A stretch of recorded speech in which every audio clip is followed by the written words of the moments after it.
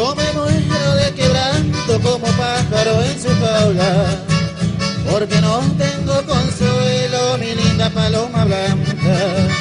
Yo me muero de quebranto como pájaro en su jaula, porque no tengo consuelo, mi linda paloma blanca. Si vengo y tú no estás, pierdo todas mis esperanzas.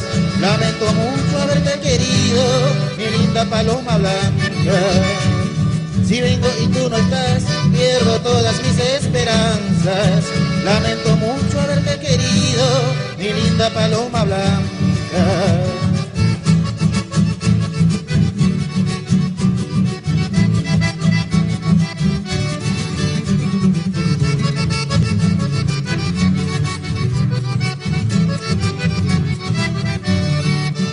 Mi amor tan decidido agoniza sin esperanzas, porque no tiene constancia, mi linda paloma blanca.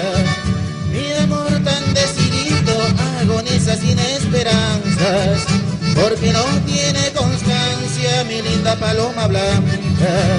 Yo no quiero sufrir más tanto tiempo esta tristeza. Quiero ver ya tu promesa, ingrata paloma blanca. Yo no quiero sufrir más tanto tiempo esta tristeza. Quiero ver ya tu promesa, ingrata paloma blanca.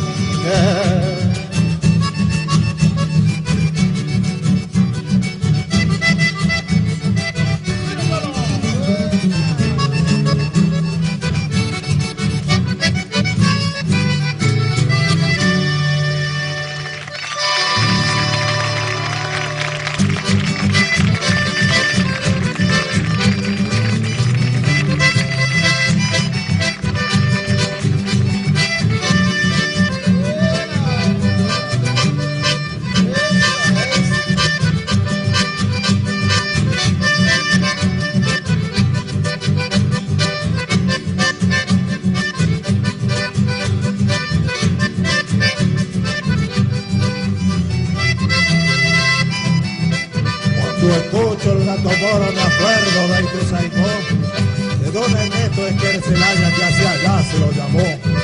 También la estancia Santa Tecla que abrigó a la tradición.